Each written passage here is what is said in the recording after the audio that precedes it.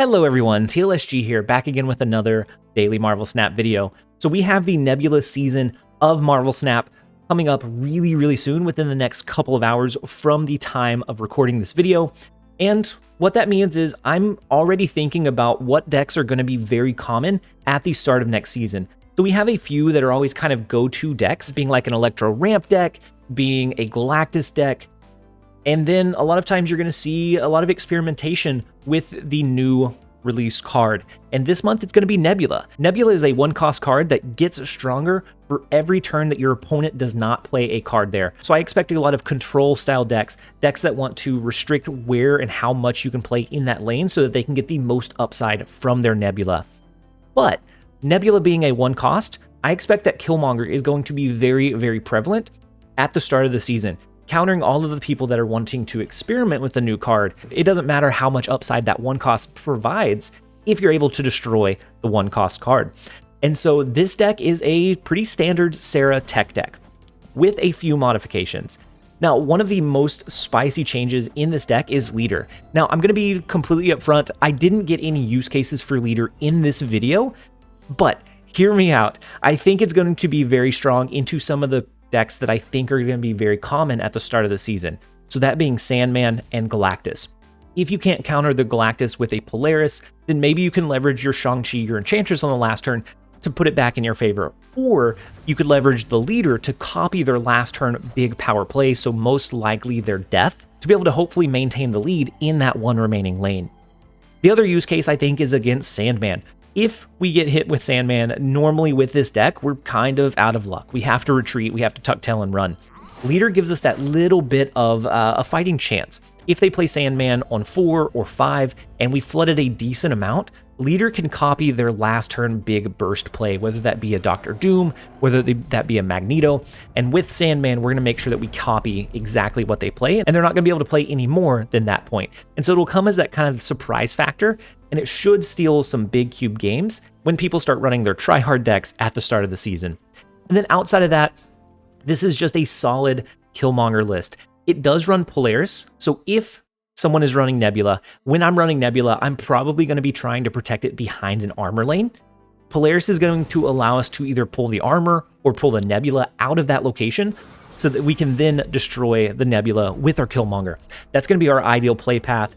If you don't have Jeff, that's perfectly fine. You can replace it with one of the other common Sera tech cards, being either Angela or Bishop. Both of those are going to be phenomenal in the list. If you're running the Hitmonkey package, I have to say that Mysterio is probably core. I wouldn't replace Mysterio for anything if you're running Hitmonkey. If you're not running Hitmonkey, I would probably still not replace Mysterio, and I would just add in Angela and Bishop so that you can get the upside of Mysterio still, even without the burst potential from Hitmonkey. But Hitmonkey just slots into this so phenomenally by giving you an alternate play line. You can either look to heavy counter the opponent's plays on the last turn, or you can look to burst your power onto the board and position it as efficiently as possible by knowing a little bit more information when you play your cards than what your opponent did when they played theirs. But overall, this list should be a phenomenal start into the next season of Marvel Snap to help you rank up incredibly quickly. If you try this one out, let me know how it goes in the comment section down below. Where do you think Nebula is going to place? Is she going to live up to the hype and be one of the best one-cost cards, or is she going to be a little bit more of a liability? I think immediately she's going to be a liability, but in the long run, once people stop focusing so heavily on Nebula, I think she's going to be really strong. And so with the brief deck explanation out of the way, we're going to go ahead and jump over into a couple of games. I hope you guys enjoy. All right, first up we have Citrus 2. They're running a Thanos deck, so we'll see what we can make happen. So the big house restricts cards from high cost cards from being played there. We're actually a little bit more at benefit from that location compared to the opposite, which is the Crimson Cosmos. Because if we play our Sera, then really almost nothing that we can play can be played into the Crimson Cosmos lane. So they do a couple of their stones. It's so strange. The Thanos decks, you can't really tell exactly what kind of Thanos it is. There's several that are viable. You have the Control or the Scam Thanos, where you're cheating out a Professor X. You have the Junk Thanos, you have Zood Thanos, you have Death Wave still in the mix, you have just strong, solid ongoing. It's really interesting because you can never really tell exactly which one you're facing up against until they start playing some of their actual cards. And so this is a rotation one. They played a Lockjaw. and they pull some extra stones with Mind Stone, so that means they have at least 5. They have all of their stones, so they couldn't rotate into any of the stones, which is beautiful. If I was running Thanos, that's probably, and it had the Lockjaw component, that's probably when I would snap, because you know you have your dud, a lot of your dud flips in hand already. Now, they do have an Ant-Man, so it could be the strong ongoing one. We have our Killmonger to try to sit and counter that. And so we're still going to stick this one out. I'm going to keep Mysterio, I'm going to keep Hitmonkey, I'm going to keep Killmonger for the follow-up to our Sera play. That way we could really burst a lot onto the board, get a pretty big Hitmonkey, and counter a lot of what the opponent is doing and what they have on the board. So they have played the Reality Stone, the Soul Stone. Oh my gosh, they have almost all of their stones out already. And then they rotate the armor so that we know the armor's in their deck somewhere. Both of those that are actually in their deck, not counting the stones, are ongoing. And then the Khazar pops out. And so we know that this is the like Thanos Flood Zoo style. And I'm actually fairly confident into that one. Since we have Killmonger, I'm fairly confident into that.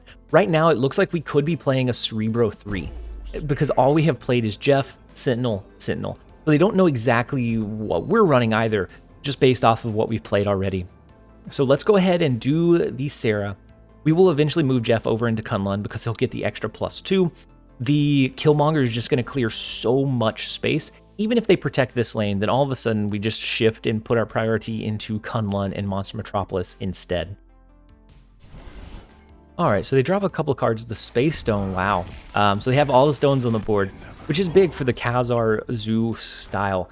They probably also somewhere in their deck have a Blue Marvel, maybe a Mystique. Probably not Mystique, but Blue Marvel I think for sure would be included.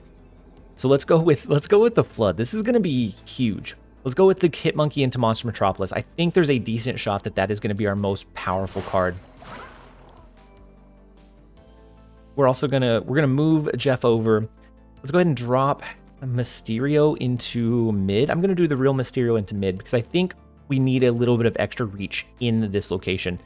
And so that leaves us open to do the Sentinel, the Killmonger, and then we'll Scarlet Witch the left lane. Scarlet Witch is always a little bit, we'll Scarlet Witch the left lane, we'll play Killmonger to the right. Scarlet Witch is always a little bit scary, similar to Reality Stone. A lot of times Reality Stone can bite you in the butt, but we're gonna stick it out.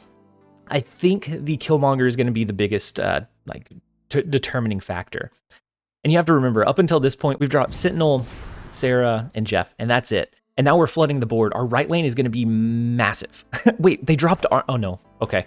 They dropped Thanos in mid. I thought they dropped armor as the last, their only drop in Kunlun because of the graphical glitch. And so I think we should have this one easy. We completely clear the left lane. We're gonna clear a lot of the power from the right lane. They're gonna be stuck with 8. We have the 15 power Hitmonkey, which is insane. And so we're just gonna let this one play out.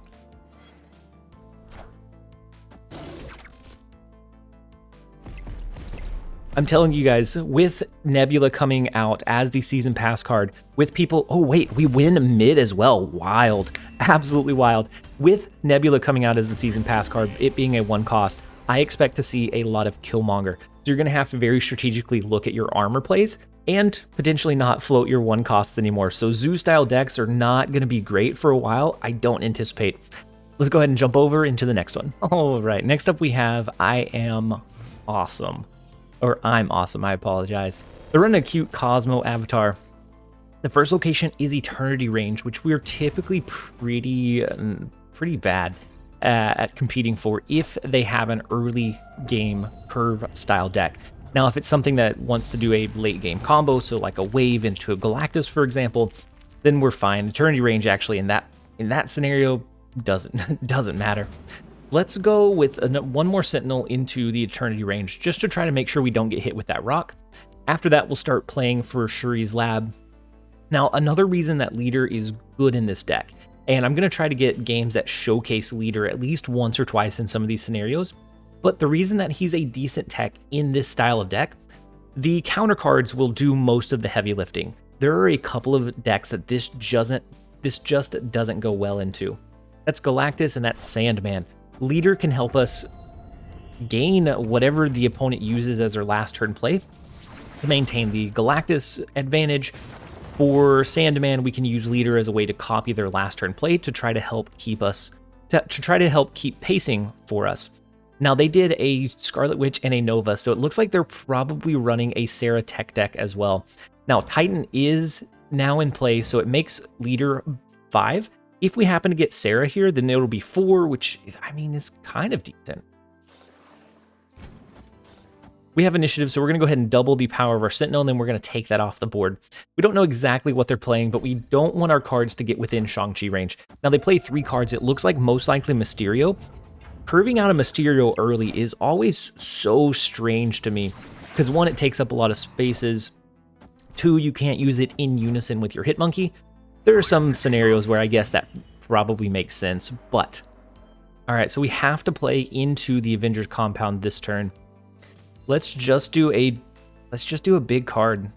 4, 6. We know that they're eventually most likely gonna drop a Killmonger. So we don't have to worry about ours unless we wanted to try to destroy Nova early so that they don't get as big of a buff from it. But we're just gonna angle towards the Enchantress. They drop a Sera. If we did not have initiative here, that would have been beautiful in forcing them to have to play into that lane with the Scarlet Witch changing it into Avengers compound. But it is what it is. So I guess let's go with a Mysterio. We'll leave this one as is. We're going to do the fake Mysterio over here, the real Mysterio here. And then let's drop a Sentinel. And I'm going to do Hitmonkey to the left. It comes down to a read. This is going to make sure that all of our Mysterio fake bodies will be able to count towards our Hitmonkey. So it's going to be 8 power Hitmonkey, which is pretty decent. And we're just going to have to hope that we outpower what they can do or their burst. We know that they can't go quite as wide because they have played Mysterio is our only little bit of advantage. Now, if they go with Killmonger here, that's okay. It clears up 2 of their spots in the left lane, making it a little bit easier, hopefully, for us to hold that one down. They do use a Bishop and a Shang-Chi. The Shang-Chi, my friend, is not going to hit anything of note. They go with a Carnage instead of a Nova. Interesting. It's not going to be enough, but it's interesting nonetheless. So the real Mysterio is in the right lane. We still hold that one down. We win the left, we win the right. They can have mid with their stacked cards. We will absolutely take it. Let's jump over in the next one. I guess we have a small pool of players. Because next up we have Citrus 2 again. We're gonna go ahead and double play our Nova. If we draw into Scarlet Witch, I will probably prioritize getting rid of the Sinister London lane. I don't remember what Citrus 2 was running because it has been a pretty big gap. We played Citrus 2. And then, they're playing the Thanos Zoo. And then I had a couple of work obligations, so I jumped into a meeting, and then now we're back recording. The Thanos Zoo is just so unfortunate for them. We're just going to go ahead and skip here. Now, maybe they switch to a lockdown Thanos list, one that wants to run a Professor X. They could also have armor. We know that they had armor last game that they rotated in with the Lockjaw. So maybe they use that a little bit more efficiently here. It's kind of crazy that they didn't change Sinister London. I guess they're wanting to save that for their buff cards in like Khazar, Blue Marvel, maybe even armor to double protect their cards. They have initiative here. I don't think it's safe to hold our Killmonger. We're going to drop it early, which is awful. We have a beautiful double Nova setup, and we're just going to ignore it. I want to get rid of some of their 1 costs before it gets out of hand.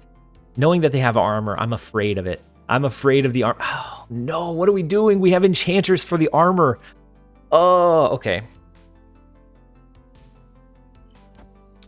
Don't be like me. I guess they could have double dropped the Cosmo in the left lane. That would have done it. Oh, well. We're going to have 2 5-power Killmongers on the board to help us win Asgard. Huge. Let's go with the double Polaris. It might go into Asgard. This is just going to be our best raw value. We have Enchantress to take care of any like double Blue Marvels, any double Khazars, anything that they throw into Sinister London. With our Sera, what we're going to be able to aim to do is cap out 1 location to guarantee where our Enchantress goes to hopefully hit the key targets in 2 lanes rather than just in the 1. So they do play a Lockjaw in Sinister London. So wild, because now, I don't know. That's just such a wild play to me. They do rotate into their armor, so we no longer have to worry about that being duplicated. We win Asgard, we get the additional draw. That is going to be huge for our Hitmonkey. We're going to prioritize dropping the Hitmonkey into Sinister London because they've already played the Reality Stone. We don't have to worry about that anymore. We are confident enough, and this may encourage them to retreat, but we're confident enough that we should snap. With the double Sera, even bigger. The double Sera will allow us to flood like 3 or 4 cards in the other lanes, and then Hitmonkey, which will duplicate. Yeah, let's do it. I'm not going to snap. We should snap. We have a really good advantage here. The double Lockjaw is so tough to navigate, especially with having most of your stones already out of your deck and onto the board and destroyed, that now you're having to look at potentially rotating anything that you naturally play into the icebox, and it becomes really clunky really, really fast. So they have the Soul Stone that they're shuffling back in. Let's see what they pull out in the process. Time Stone, not great. Not a great flip. They cycled their Iron... What is going on? They cycled their Iron Man. They get the copy over in this lane, which that is going to be the beautiful target for our Enchantress. I don't know what they shuffled into here. I have no idea. That's so frustrating. Like, it looks like it's still... It look 3, 4, 5, 6. It looks like it's still Iron Man, but it shouldn't be unless they cycled into Mystique. But I have no idea. This should be locked in. They don't have a Space Stone anywhere to allow them to move cards. So this one should be, I think, set in stone? Or do we play it safe? Let's play it safe. Let's do the Enchantress. We're going to fill up this right lane with junk.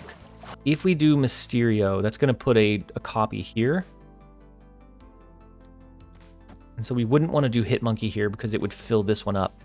Yeah, that's what we're going to do. This will clear here and here. I think that's going to be enough to make sure that we win. We'll see. We'll see if it's enough.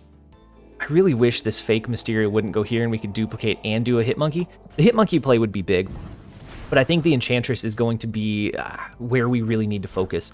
So the Enchantress is going to take out what I think is Mystique in this left lane. I think. I don't know for sure, but it looks like Mystique. And then it's going to take out Iron Man and Soul Stone in mid, and that should be enough for us to win.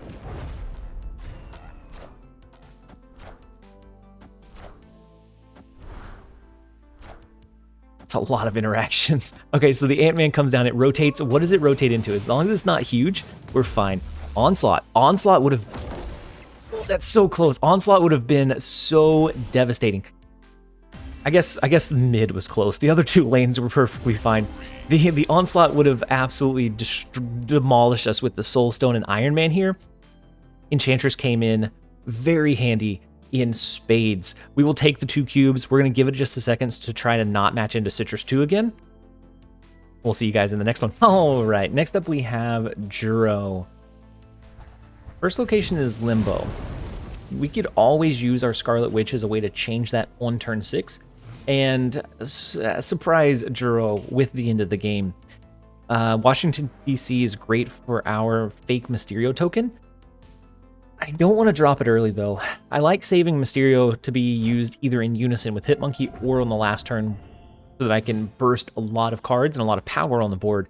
And so the first card that they play is Sentinel.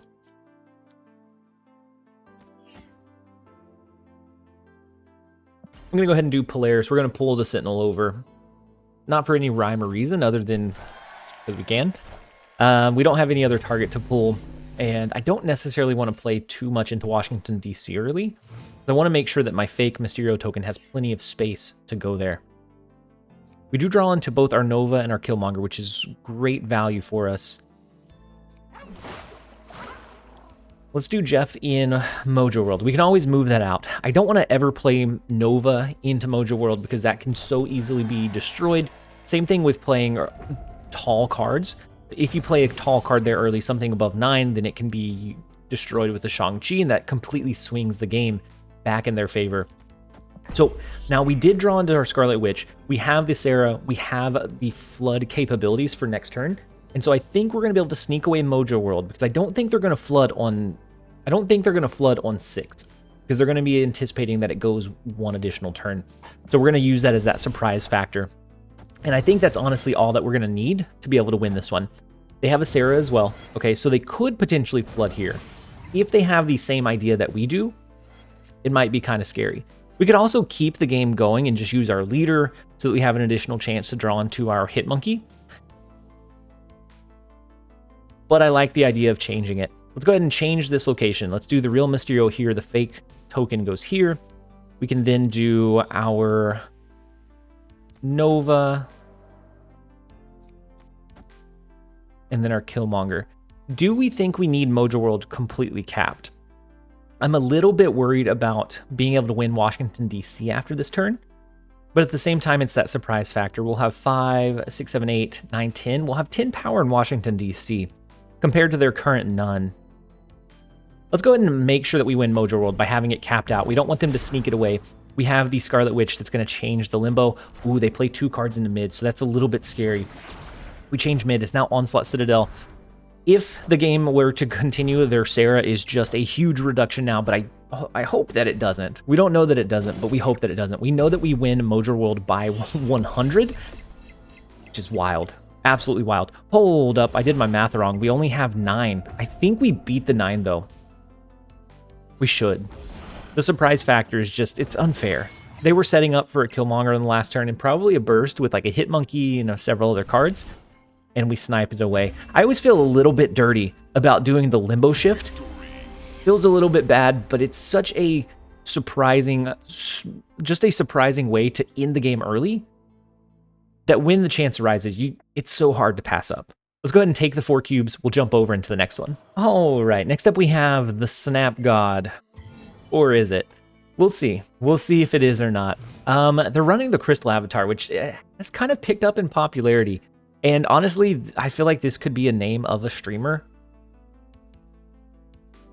Not gonna say I don't know. I don't know enough to know if it is one or not. So we're just gonna assume that they're a good player. That's what I'd go into every match assuming. So we lose our Polaris, they lose a Rogue. Okay. So the Angela and Rogue, they could be running a Hitmonkey Flood package, which I think we're okay with. This seems super greedy. And it probably is, but we're going to do it anyways. So our justification for snapping early here. Next turn, we're going to do the Mysterio and the Hitmonkey. We'll copy the increased power Hitmonkey back into our hand. We have Sera to reduce the cost on the last turn, so we can flood a second one on the board. And it's going to be probably a 12 to 14 power Hitmonkey that we play on the last turn of the game. And so we'll see. And I honestly don't know the interaction with Mysterio here. I'm going to play the real one into the cloning vats, but I don't know if we get a real one back in return. So they played a Hawk, which is kind of scary. We have Shang-Chi for it, so it's going to go down to 10 power this turn. I almost want to do our Shang-Chi instead of Sera, but Sera is just so vital in being able to set up our last turn flood. Like, I don't know if this turns into a real one or not. We may test it. We may test it out. Not huge, but it's not bad either. We're going to prioritize the Shang-Chi. I feel like we should do... I feel like we should probably do the Sera just for the reduction. But if we don't take our chance right now with the Hawk, then it's going to be below Shang-Chi range. And I feel like we probably need to focus on that. They do use a second Hawk in the left lane. What do they do in the cloning vats? Another Korg. So we had another turn. We just... We played it a little bit too aggressively and forgetting that they copied their Korg. And so they can always buff this one up one more time. Do we think they have... Wait. Their last card that they played was the Korg, not the Hawk. Based on the order that they played it. Let's do the Hitmonkey. Scarlet Witch, and we'll do the Mysterio. Now this one is not going to create any tokens. Whenever we play it this time, it's not going to create any tokens on the board. But I think if we can get the extra 8 power here, it would be enough to win the cloning vats. We are also going to lean in on the increased power Hitmonkey in the right lane, and they do retreat. We'll take it. We'll take it against the Hawk package. The Hawk package is always really, really strong. And so if you can counter it, which is why this deck is viable almost every single meta and every single step of the game, it is decently viable, because if a deck is doing something really big, they want to do their plan, they want to do what they want to do really, really well and put out a lot of power, put out a lot of disruption, whatever it is, we usually have counters in place to deal with most of those things. And so we will take the 2 cubes. That's actually where we're going to end the video. Thank you guys for being here. I hope that you guys enjoyed the video. If you did, make sure to give it a like and a comment down below. What are your anticipations for Nebula? Let me know your thoughts. I think she's going to be pretty decent, but I also think it's going to cause an increase in Killmongers that we see, making it a little bit more difficult to navigate her effectively. As always, this has been TLSG. Later, guys.